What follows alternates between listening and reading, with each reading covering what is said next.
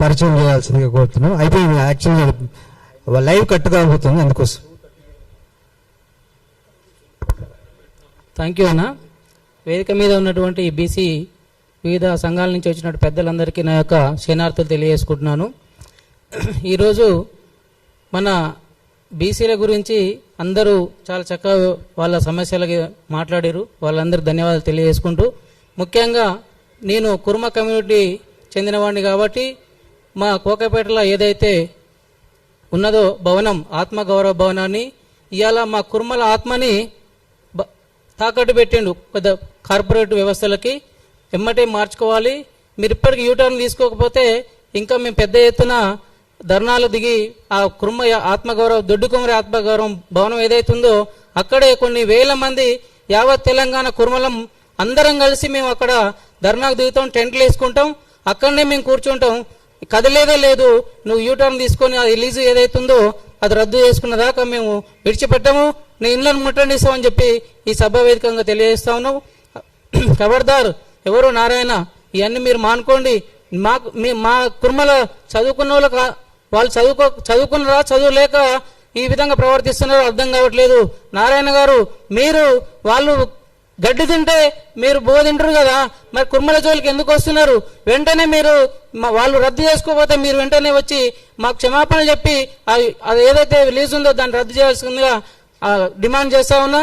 ఇంకొకటి, మాకు ఈరోజు నిన్న మేము ఆ భవనం దగ్గరికి వెళ్ళి చూసినాం, అక్కడ చక్కగా బిల్డింగ్ కట్టిరు వాళ్ళు, కానీ దాని నిరుపయోగంగా ఇప్పటికీ 2018 కట్టిన భవనము మొన్న 2024లో రేవంత్ రెడ్డి గారు వెళ్ళి ఓపెన్ చేసిరు. మరి అక్కడ పేద విద్యార్థులు ఎంతో మంది ఉన్నారు, మా దగ్గర డబ్బులు లేవు, నానా ఇబ్బందులు పడతా ఉన్నారు. చుట్టుపక్కల హైదరాబాద్ నుంచి ఎంతో మంది చుట్టుపక్కల మారుమూల గ్రామాల నుంచి వచ్చి ఇక్కడ విద్యను అభ్యసిస్తారు. మరి మా బిడ్డలు ఎదగకూడదా, విద్యను అభ్యసించకూడదా? మరి వాళ్ళకి ఎందుకు మీరు అవకాశాలు కల్పిస్తలేరు? వాళ్ళకి ఎందుకు మీరు ఈ విధంగా వాళ్ళ భవిష్యత్తుని మీరు నాశనం చేస్తున్నారని ఈ వేదిక నుంచి ప్రశ్నిస్తున్నా.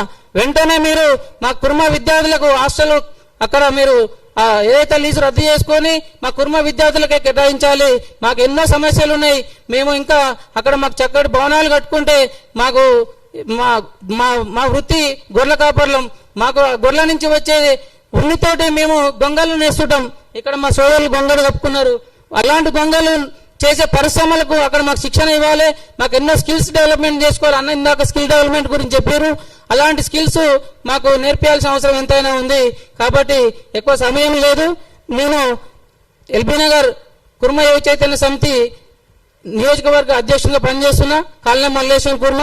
రేపు జయంతి సందర్భంగా కుర్మ యువ మన దొడ్డి కొమ్మరయ్య వీరుడు, ఆయన తొలి అమరుడు తెలంగాణ రైతాంగ సాయుధ పోరాటంలో ఆయన యొక్క మహనీయుని యొక్క విగ్రహం మేము 3వ తారీఖున అక్కడ ఆవిష్కరణ చేస్తున్నాం. దానికి అందరినీ ఈ వేదిక నుంచి కూడా మేము యావత్ తెలంగాణ కుర్మలకు కానీ అందరికి పెద్ద మనుషులు అందరికీ తెలియజేస్తా ఉన్నాం.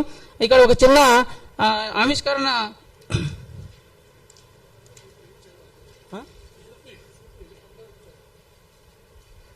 ఇదండి మా యొక్క పత్రిక ఇన్విటేషన్ కార్డు.